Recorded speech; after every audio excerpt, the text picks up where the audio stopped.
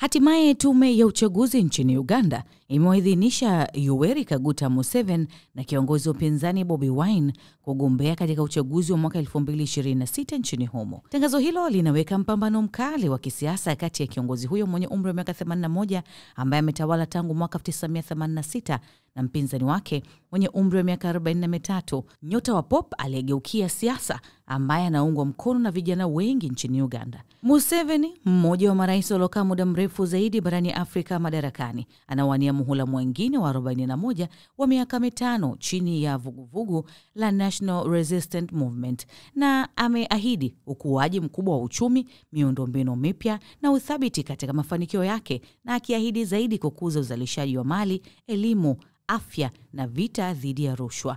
Ukosoaji wengi hata hivyo wanamtuhumu kwa ubabe, wakitoa mfano wa mabadiliko ya katiba ambayo yaliondoa ukomo wa mihula na umri madarakani, ukandamizaji dhidi ya upinzani na ukiukwaji mkubwa wa haki za binadamu. Bobi Wine ambaye alishindwa na Museveni mwaka 2021, uchaguzi uliogubikwa na madai ya udanganyifu katika kura hiyo, anasema anawakilisha kizazi kipya cha Gen Z kinachodai mabadiliko. Kugombea kwake kulithibitishwa jana Jumatano jijini Kampala baada ya yeye pamoja na mkewe kufika katika tume ya uchaguzi kurejesha fomu ya uteuzi.